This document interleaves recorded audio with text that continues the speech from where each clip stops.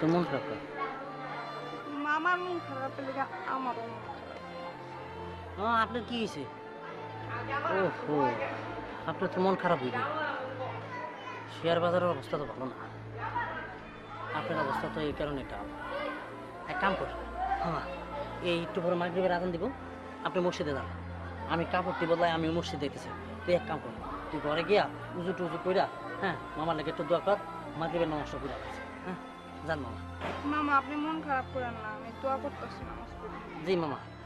আরে আল্লাহ যেহেতু বিপদ দিছে, আল্লাহ ছাড়াইব না, বুঝছেন? দেনওয়ালা মালিক হলো উপরওয়ালা, আর নেনওয়ালা মালিক হচ্ছে উপরওয়ালা। এখন এক ফাঁকে লয়ে গেছে গা, আবার ওখানে দিব। যান আপনি মসজিদে যান। আচ্ছা মামা করে দেবেন সব দিয়ে দেবেন।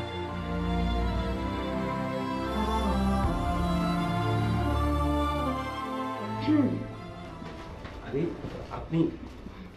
জি আমি সরি, এভাবে করে না বলে চলে আসলাম।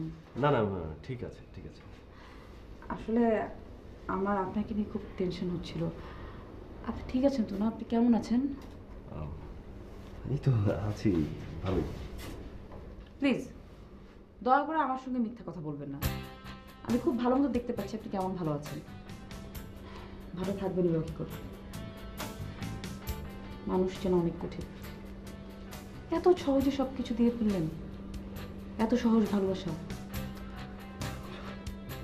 আচ্ছা আমি নিজে তো বিষয়টা নিয়ে এত বেশি কনসার্ন না, আপনি এত কনসার্ন হচ্ছেন কেন?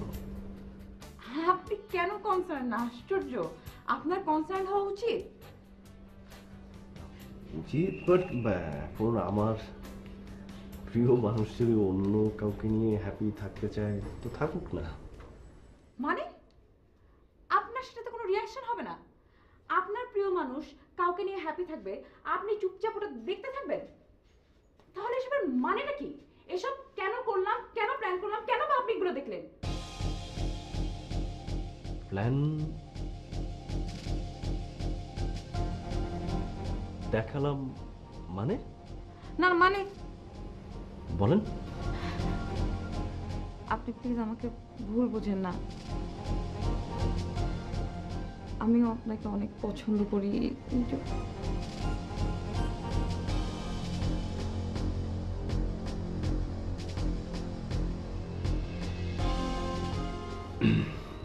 আচ্ছা আচ্ছা আপনার কি কারণে